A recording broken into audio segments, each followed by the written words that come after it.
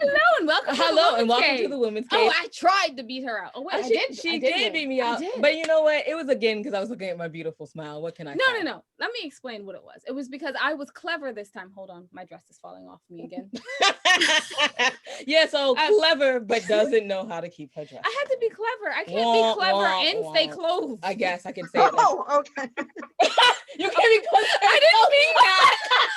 Okay, so let's move on. I'm Jade, and that was Winona. That Take two. But I am clothed. You see, I was not clever, and I'm fully clothed. There we go. Why ruin it for your audio podcast listeners? Oh goodness. Moving on. Oh, I think that's all the bands that we can do today. Yes, we are done. I don't think we're gonna top that today. So we have literally life guides with Bob poetry, and I thought divorce was bad, and I thought being grown up was easy, and if only I were me, and I thought I did my journey alone. Thank you. I thought books are on Amazon.com, and If Only I Were Me is on Barnes & Noble. And since I have stole this from Jade and she's being quiet, I'm going to run with it, and I'm going to say, hey, check out the rest of the 17 books. Okay, Jade, you can continue now. So you can find out everything your ladies are doing, including our magazines and everything, on www.andwethought.com. That includes our clothing line. Oh my goodness, Winona, just one time, can I get through it? Thank you. I love you. Never time. Never. Okay, sure. Co-host. Would you like to introduce yourself? Hi, I am Tanya Todd. I am an author, actress, and screenwriter from Las Vegas. Okay, thank you. And she didn't give her a wonderful website, but we'll save it for the end. We'll save it for the end. But now y'all are here to hear from our wonderful guests. Not from us anymore. Yes. Although I'm sure you wish I was not clever some more, or was clever. Well, no, really, no. You're here to hear from our wonderful guest. Wonderful guest, would you like to introduce yourself? Sure. My name is Linda Weaver. I am an owner of Access Talent, which is a talent agency that specializes in voiceovers. And I own a Brussels Griffon that looks like an Ewok, a dog that looks like an Ewok. I have been an agent for 41 years, guys. That's a long time. I have seen a lot of changes in our business, some of which are really even hard to remember. They're so long ago, And I'm a practitioner of 18 years of Tai Chi and Qigong yoga, and I'm getting my master's degree in metaphysics at this point. So I do a lot of different things aside from agenting. I think that's one of the coolest answers we've ever had on really interesting things. Tanya, I'm so glad that you started talking, because I was going to just sit here like, wow, that was amazing. Let's just, sit in the awe of all of that. Yeah, let's bask in that my, please, ladies, come on. Honestly, my statement was going to be like, I don't think I should open my mouth for the rest of it, because you just said meta and then physics, and so I'm out. Yeah, I couldn't be clever and do one other thing, so I'm out. No, you're fully clothed. You could do whatever you want. Don't worry about it. So let's start with the first question. Sure. Voiceover acting is a very interesting and kind of niche field. How did you, first of all, find the actors and stuff to start an agency like this? Well, and then second of all, I need to know about these antacids that are in your bio. About the what? I have a question about the bio, so we'll get there. Oh, okay, cool. Tanya, go ahead. You'll ask me that again. So finding my way to voiceovers before I get to finding the actors was a sort of an accident. I graduated from college and really was doing medical research, thinking I was going to go on to grad school, and I got really burnt out. And I thought, what field could I go into that's so far away from what I was doing? And I talked a boss of mine into firing me. So I could be on unemployment for a little while, kind of look around, figure out what I wanted to, sent out resumes for casting directors. I wanted to be casting director. I thought, I can't be an agent because I'm probably not going to be good at dealing with money, and asking for money is a hard thing. But I got a call from this wonderful woman, Angela DePini, who was one of the owners of CED. And we had lunch, and I fell in love with her. And apparently it was mutual, because I became her assistant. And I worked for her for 2 years.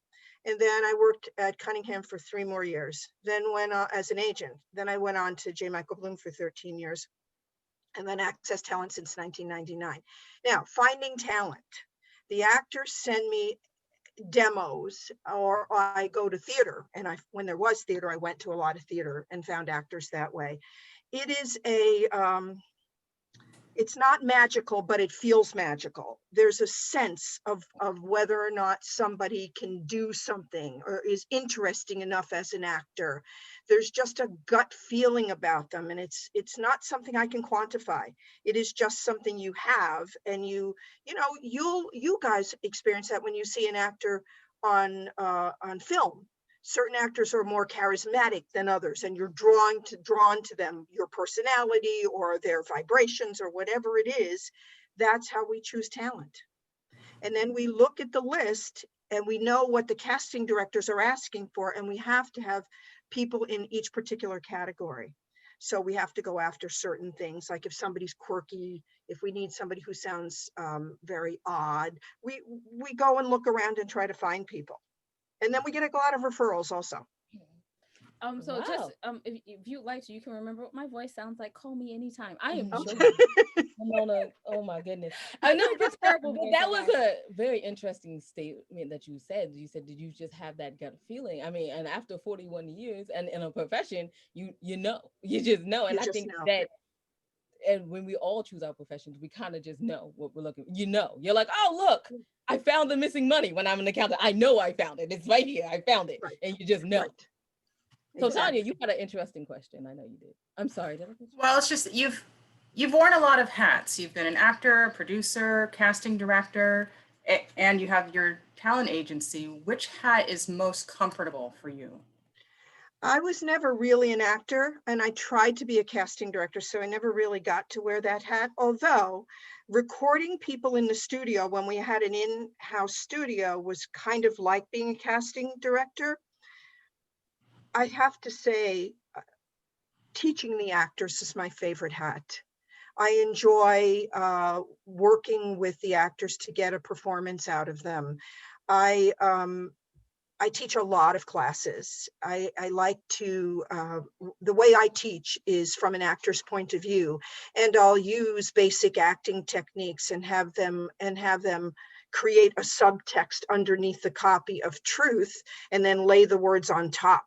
And that's, for some people, it's a real challenge. And I love the idea of giving somebody, as an agent, I love the idea of giving somebody their first job.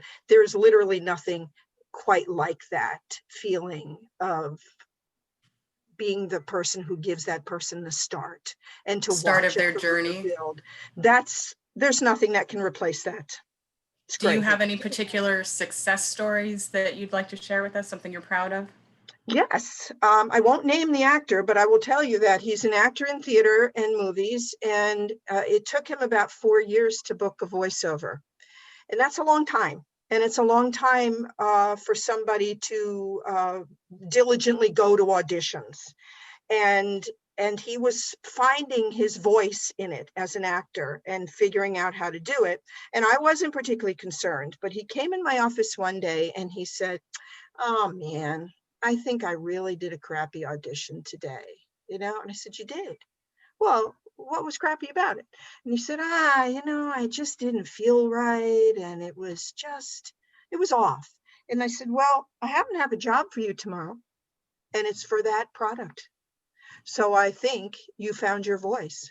Go back and do some crappy auditions. It's okay." And from there, he built a whole career, which is great. Yeah, that's wonderful. Yeah.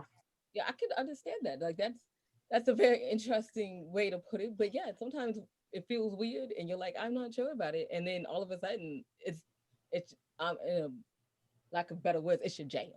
I think you actually let go of your expectations. You let go of the control of it, and the thing starts to come and happen for you because you've done all of the groundwork. The more you try to control the read, the less likely it's going to be a good one. You just have to find it in yourself and let it flow. Mostly like you guys are doing too. And it's kind of interesting because, as well known, he shapes me to tell the story, so I'm not going to fully tell it. But I told him to move back to poetry, and then we did a book of pop poetry with like life lessons, and it was strange and it was weird. And we were like, I don't know, this is strange. No one else has this. I don't know. And hence, here we are, like here we are today. 4 years later. Yeah, And I yeah. You trusted it and you let go of it, and it was creative, and it was your real voice versus some expectation you had about what you should be doing. So I have to ask the question that everyone's going to want to know, that's a voiceover actor, is what advice would you give for someone looking to get signed by an agent? Top 3. Really, really good demo that targets what we refer to as the money shot. And the money shot is where they're going to get booked most of the time. They have to know themselves well enough to bring that to the table. Then it's our job as agents, once we take that, to expand the boundaries of where that money shot was and to explore who they are as an actor. People grow, people change. You know, they're not going to remain the same. Their money shot might not be the same. They come to me and we develop something outside, or we might find something more interesting that they're capable of doing by exploring. But that demo is really, really important. Now, the next part of it is, what's really important is to do a really good interview. And many people think an interview consists of coming in and telling us how much they like voiceovers and that they want to be in the studio. What I want to know is who you are as a person, because I'm representing the person. The actor, yes, but the person also. So I want to know, what was that moment in your life where you decided that you were going to be an actor? Some people have told me wonderful stories of playing Cinderella in kindergarten, and that was it for them. Or singing at the top of their lungs in the shower and going, I really need to be an actor. Everyone has a very unique way they decide this. And that's really important for me to know. And then I want to know about you personally. Do you have a dog? Do you have a cat? Where do you live? How do your parents feel about you being an actor? I want to distract you enough in the interview so that I can get a sense of who you are inside yourself. Because again, that's what I'm representing. I love this. I'd like to say, since I'm a narcissist, I'd like to say something right here. I like to say that I figured out the moment that I wanted to be not an actor was when I got voted for 5 years in a row the most likely person to be winning an Oscar and or an Emmy. And I was like, that's it, I will never be an actor. Moving on. That's probably a very valid choice. Absolutely. It's as good a choice as anyone else's. I wanted to be voted most beautiful. I don't care about this Oscar thing. I don't think I got voted to be most of anything. So you got lucky that you got voted to be something. So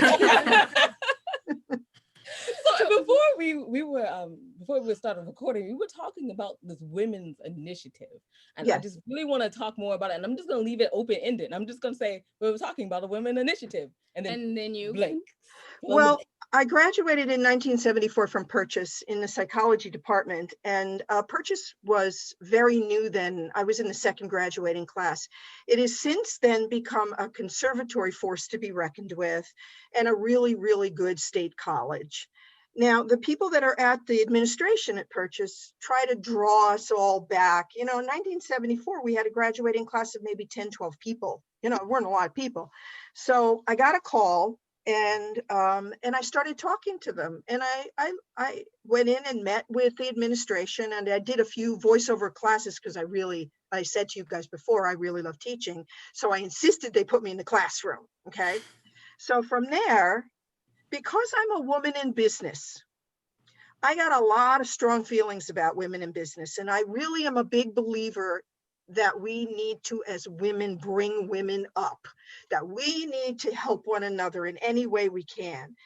And Nadej, who is one of the administrators there, came to me and she said, okay, we're starting this Purchase Women's Leadership Network. I went, yes. And she said, okay, you want to be on it? And I said, yeah. I mean, no question about it. So now we're doing our meetings by Zoom. And the group of women that I interact with are all amazing women who are committed deep down in their soul to having women have the careers that they want, to equity in pay, to speaking the truth about what it is your needs are. So we had our initial launch this last Sunday. And we had a few women show up, but women who are going to join the committee. And it really is about women together telling the truth and talking in a safe space about anything we want to talk about, any career issue, any personal issue, so that we can bring people up and we can talk to them about our experiences in business. Because there are several of us that are in show business that are that have been in there for a long time. So we've been left out of meetings, we've been negated, we've been talked down to, we've been condescended to, and any number of things that women today, I hope, are not still experiencing. But from the women that we've been interviewing, it seems that the same stuff is still going on. Yeah, they definitely are still experiencing it. So we need to change the languaging, the way we language our needs. So we're going to be working on that. How do we show up and not be afraid to speak what our needs are? How do we do that? How do we, with our counterpart, if we're negotiating an employment deal with a male, how do we speak so he understands it and we're not some sort of aggressive nightmare to them? You know, just honest truth so that we can get a fair deal. There was one woman who was talking about being asked to be part of a project, and she was very gung-ho, and then the guy just dumped the whole project on her and then cut her salary by 50%. Whoa. And that was before a contract happened. So she had a choice. She really wanted to do the project. She had to get herself fairly paid. So she had to figure out how she was going to say this in a way that communicated that this was important, or she would have to decide to leave. She was going to have to decide to do that. She couldn't stay and be angry about being a woman in that position. She had to figure it out. So we all talked about how she was going to approach it. And you know what? She worked it out and she's doing the project. That's wonderful because she had that she support system from you guys. Woman. Yeah, it's really to tell the truth about it. I think we just we give our power away so much. I myself am as guilty as any other woman of doing that. So at my age now, with a lot of experience behind me, I am determined that women should be the powerful force to be reckoned with that we are, in fact. Well, thank you for sharing your power. Well, thanks. Yeah, that's what you're doing. You've come into your power and you're sharing it with those who haven't found theirs yet. We all need to work together, and we can't do it by ourselves, guys. We have to have a group. So the Purchase Leadership Women's Network is open to just about anybody. And I think I'm gonna, that are non-purchase graduates, I'm gonna send you guys a link to some of the events we're having so you can decide if you want to join us, okay?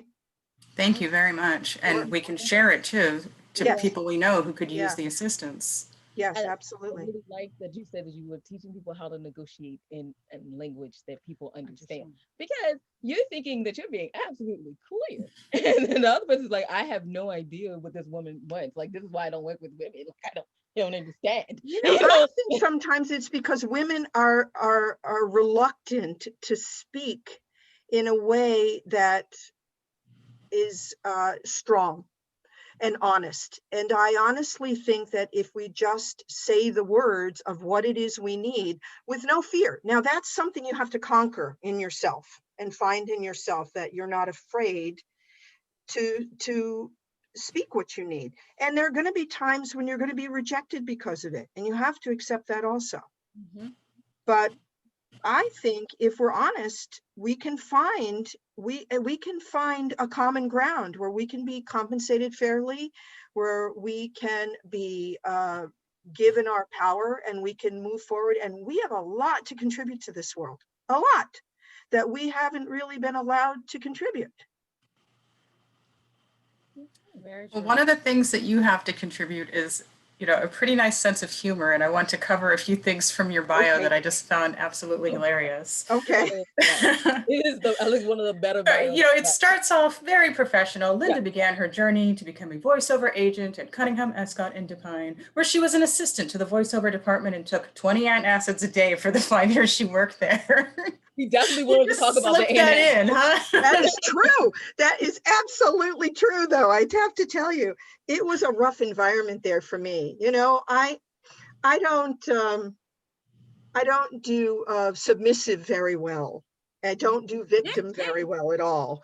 So it was really hard for me to watch some of the guys around me. My boss was an amazing woman. And she taught me more about humanity with the arts than anybody I've ever known. And she was not respected as a woman. And my feeling I was angry about that, you know? So I just started eating my stomach. I couldn't very well say it. And I would just sit there and pop antacids all day. Okay, but you continue that bio with, you know, it gets very serious again. And then in 1974, Linda graduated with honors from SUNY Purchase with a degree in psychology, which she uses every day. Yes. Yeah, I use it every day. I watch people, I listen. It taught me to listen. I listen very carefully to the way people structure their language and how they're acting. And it's part of the ability to negotiate, knowing when to stay silent and when to move in. And that is psychology. It's understanding of who humans are. And I've grown around that and learned a lot more, and learned a lot of that through some of the spiritual stuff that I've done over the last number of years in metaphysics and you know, in studying all of the martial arts and learning myself in order to learn other people. It's very interesting because psychology is such a useful tool. Right, and I'm sure it helps you with the Women's Initiative and the help that you're able to give there. It does. I like to think it was, you know, people come out of college and they think, oh, I got my degree in psychology, big deal. Well, if you really, really looked at it, you would find it useful in every aspect of your life. Right, including writing. Including writing, absolutely. Not her degree, but she was a psychology major. She uses that every day. And unfortunately, I am her friend, so she's using it a lot on me. Is it working? Because it works. It works a lot. And then every once in a while, I'll bring out my notes. These are my notes that I have taken on you, Winona. And she's like, what? I was like, yeah, these are the notes. I was doing a case study. You just didn't know. It's funny. But I do believe that you have to have a sense of humor about life. You know? Yeah. So absolutely. I wrote all the bios at Access Talent. I didn't let anybody else write them. I wrote all of them. But you have such a good way of writing. And I feel, yes, I think the psychology is the way you feel out people, and you kind of get a really good sense of them without being like, let me ask these super duper awkward questions, you know, like, because you have that background and you're like, okay, if they give me this answer, I know where we're going from here. Yeah, absolutely. So what else about the bio do you want to know? Yes. Well, I want to know, are your boys still living with you? One did a year of law school and came back home. He decided that he did not want to this is what he said to me. He said, I looked at law and I loved the study of the law. And I looked at the practice of the law, and I didn't want to be an unhappy attorney for the next 40 years of my life. So there was no arguing with that. Right. At least he knew what he wanted, and rather than delve into this career that he does not have the passion to fulfill. Right. He's going to do something else. So it's good that you were supportive of him in that way, and not, too bad, just do it. My partner and I we raised our kids, and my partner had our children. We raised our children in the most difficult way. We allowed them to find themselves. But ultimately, what happened is our oldest son went from being a hockey player. He had a serious hockey injury, but he was resilient. And he today is a wonderful artist. And he had an art show last weekend. He's on Instagram. He's been selling his art. And I'm very proud of him. He makes his money working at a whiskey distillery in Baltimore. So he's not making money as an artist yet. But he's really, you know what? He's really pursuing his dream. He's doing his thing. Exactly. And whether or not, listen, if it works, it works. And if it doesn't, he'll figure something else out. And Sam, our youngest, is becoming a certified financial planner because that's what he likes. So it's hard to allow your kids, as a parent, you have ideas about who people are. And often your ideas about who people are your own agenda. So the question becomes, as a parent, where does your agenda begin and they actually begin? So how do you allow for their expression as a human being? You keep exposing them to things, you keep hoping that they'll find something, and you know what? They eventually do. And sometimes it's not what you think it is. Most of the time, it's not what you think it is. So you have to give them the room to grow. Now, many parents decide what their kids are going to do and just have them do it. I don't know that I've seen a lot of happy people. I think that, we can just talk about some of the people who are amazing who went to Harvard. I'm sure their parents were thrilled about that. And they dropped out to go form, I don't know, some little computer company that's now ruling the world. So, you have to allow for the room of who they are, because I made my choices as an adult. I made my choices as a kid. My parents never really particularly ran my life. So I figured out as I went along and reinvented myself on a gazillion different ways of things that I was interested in. So why shouldn't I give them that space to do that too?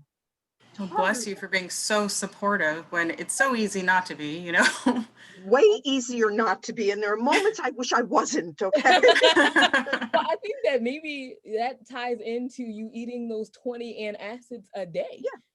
Recognize, like, I'm eating antacids and I am generally, I'm not happy. I'm not happy. I to wish that on anybody else. No. You didn't want to do their job and be like, well, I gotta do life it. is short? Life is short. Shouldn't we be exploring the levels of happiness? And with levels of happiness, it's really important to me that we give back, that we make a difference in the world, and it's part of what the degrees in metaphysics are about. I'm writing that master's thesis now, and I've been typing it, and typing it is the worst for me, and doing the citations, I'm terrible at. I'm pretty sure I might fail the citation part of it, but I'll figure that out later. But I'm also going to be doing end-of-life doula training, because what I want to do is I want to be with people who are going to have good deaths, and I want to help them. And there's a whole other career there that I'll probably have. I'm 68 and I'm going to reinvent myself a couple of different times, and everybody should be doing that. Well, I believe, since I am the narcissist, I'm going to speak on me again. I believe Okay. my first reinvention came at 5. When I came home and told my parents, 7. I came home and told my parents I was going to be a neurosurgeon, because yes, I knew what that was at 5. 7. 5, 7. Okay. 5 and 6. I have been studying anatomy for a while, and then I came home and said, "Mom and Dad, I'm going to be a writer." You should have seen their faces, but they supported me. The neurosurgeon part. I know. Yeah. Anyway, you were talking about happiness, and quickly I wanted to put a little joke in here, and then I swear I'll stop being me time. No, it's okay. You're very funny. Go ahead. I like that. We were speaking on happiness, and then you said your son works at a whiskey distillery in Baltimore. We're not that far from Baltimore, and happiness comes in the form of a whiskey bottle. Can you give us some samples? Oh my goodness. I bet I could get you some samples if you email me your address. I'll get you something. Oh, we will do it. Wait, hold on. I'm gonna do that now. No, we're not doing it now. Wrap up the interview. I need my happiness. I'm joking. Where are you guys, by the way? You're outside of Baltimore? Annapolis, Maryland. Okay, so he's at Sagamore Distillery. Oh, I know that. I know. Yeah. That. Oh, yep. That's fabulous. Okay, so I guess we have to wrap it up though. So our question to you is, where can people find out more about you and to read your wonderful bios? Well, they can go to accesstalent.com and the bios are there. If they want to find out more about me, they can ask me. They can email me. I'll answer the questions. I know how personal I'll let them get, but I'll stop them when it's inappropriate, okay? Thank you. That's the first time, I think we had a talent agent or manager come on and be like, no, this is the website and this is where to find me. Everyone else is like, I'm around.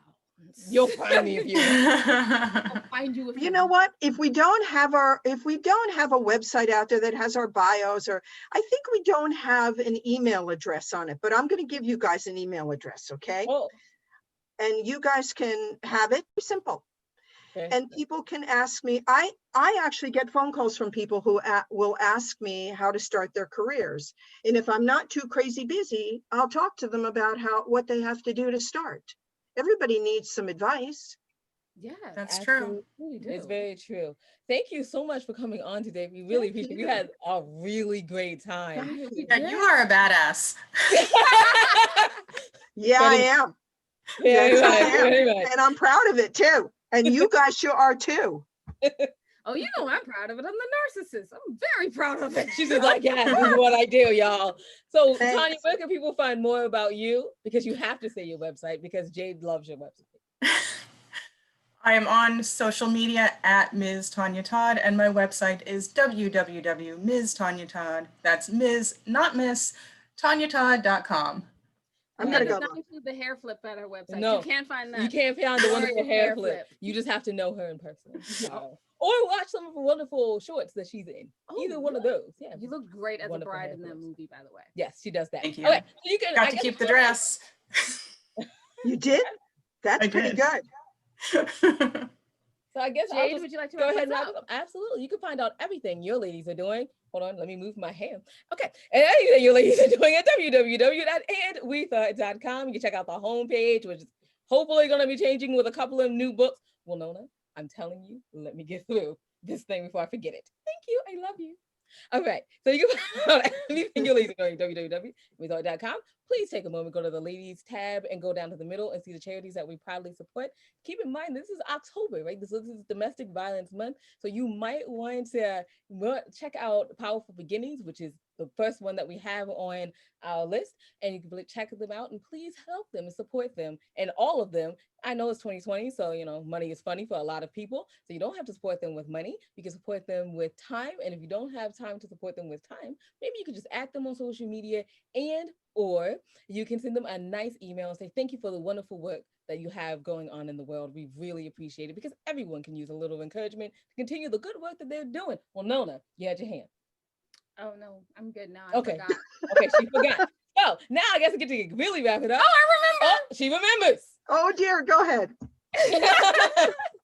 I was just going to say, look at the Ladies Tale podcast. It's where professional actors read my script at a table read. This has to happen. You have to listen. Okay. Wow. Cool. Okay.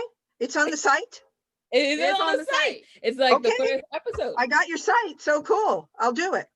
Oh, God, okay. See, we wish that everyone would just say, oh, cool, we got it. So please check that out. Okay, so I can wrap us up now. Just remember, y'all, that wisdom is all around you if you're open to finding it and accepting it. So peace and love, you guys, from Will Nona and Jade. Bye-bye. Oh, yeah. Thanks for listening.